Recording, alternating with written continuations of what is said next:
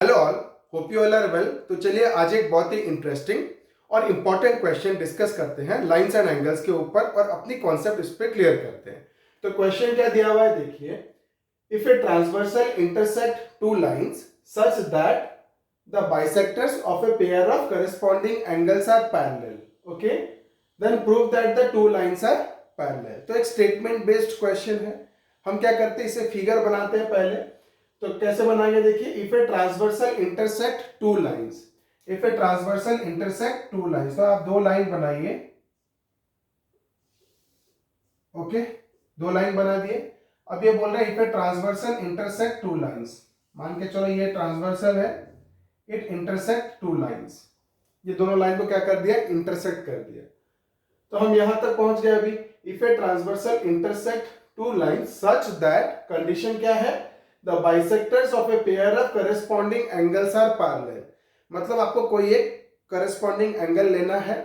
और उनका बाइसेक्टर बनाना है, और बोल रहा है कि वो दो जो बाइसेक्टर हैं वो क्या है, एक दूसरे से पैरेलल है। तो corresponding angles क्या होता है, हम लोग पैरेलल लाइन के बाहर जो चार एंगल्स होते हैं 1 2 3 4 है ना, उसमें से एक अगर बाहर के एंगल लेते हैं तो करस्पॉन्डिंग एंगल में क्या होता है, इंटीरियर एंगल में कौन सा रहता है, उसका एडजेसेंट वाला छोड़ के अंदर वाला इंटीरियर एंगल होता है। तो करेस्पॉन्डिंग एंगल्स कौन सा हो गया, ये और ये, ओके। अब क्या बोल रहा है कि the bisectors of a pair of corresponding angles are parallel, bisectors are parallel, मतलब देखिए ये एक बाइसेक्टर हो गया और ये एक बाइसेक्टर इसका बनाएंगे, और बोल रहा है ये दोनों लाइन जो है ना वो क्या है, एक दूसरे से पैरेलल है। और बाइसेक्टर बोला तो क्या हो जाएगा, ये वाला एंगल इज इक्वल टू ये एंगल हो जाएगा और ये वाला एंगल इज इक्वल टू ये एंगल हो जाएगा, क्योंकि वो क्या बोला है, it is a bisector, okay. तो हमको प्रूफ क्या करना है, then proof that the two lines are parallel. तो प्रूफ क्या करना है, जो पहले जो दो लाइन था वो क्या है, एक दूसरे से पैरेलल है। तो हम क्या करते हैं, नेमिंग कर देते हैं, देखिए लाइंस का नेमिंग कर देते हैं। तो इस लाइन को मान लेते हैं P, इसको मानते हैं Q, इसको मानते हैं R, इसको मानते हैं S, ओके। और ये जो एंगल्स हमारा जो इक्वल आए ना, इसको मानते हैं 1, इसको मानते हैं 2, इसको मानते हैं 3 और इसको मानते हैं 4, ओके। फिर ये जो इंटरसेक्ट किया, ट्रांसवर्सल जहां पे इंटरसेक्ट किया उसको क्या मानते हैं हम लोग, यहाँ पे सपोज मान लेते हैं A, इसको मानते हैं B,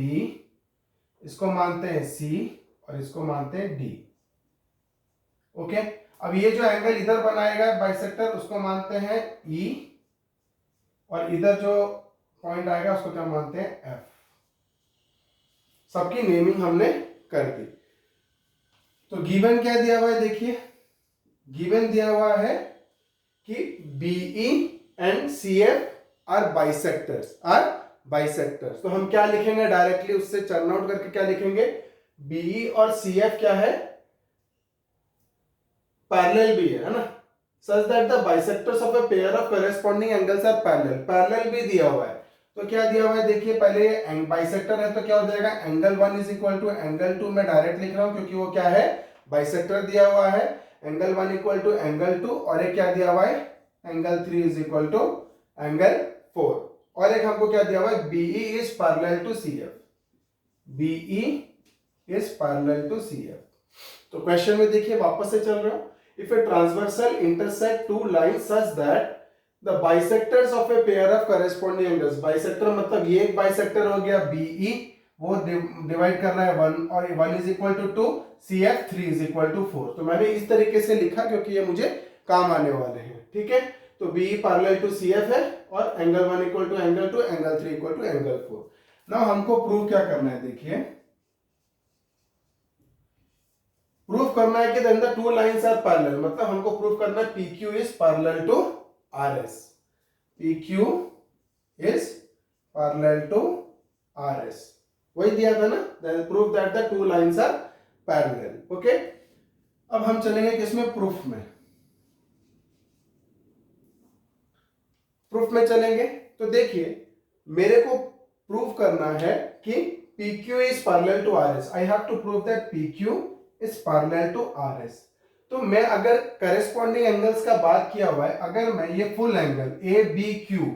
ये पूरा एंगल ए बी क्यू, ये पूरा एंगल बराबर कर देता हूं बी सी एस से, तो ये दोनों क्या हो जाएंगे करेस्पॉन्डिंग एंगल्स, तो ये दोनों लाइन क्या हो जाएंगे पैरेलल हो जाएंगे, बिकॉज करेस्पॉन्डिंग एंगल्स इक्वल हो गए तो लाइंस क्या हो जाते हैं पैरेलल हो जाते हैं। तो फुल एंगल प्रूफ करना है हमको, बट अभी हमारे पास क्या है एंगल 1 इक्वल टू एंगल 2 दिया हुआ है, एंगल 3 इक्वल टू एंगल 4 दिया हुआ है और बीई पैरेलल टू सीएफ दिया हुआ है। इतने कंडीशंस हमारे पास है, हम उसको ही यूज करके कर सकते हैं। कैसे देखिए,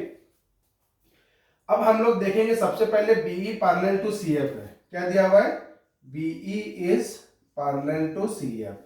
ये मैंने क्यों लिया, ये मेरे को गिवन था। अब बीई पैरेलल टू सीएफ हो जाएगा तो क्या हो जाएगा एंगल 1 इक्वल टू एंगल 3, क्योंकि वो क्या बन रहे हैं करेस्पॉन्डिंग एंगल्स,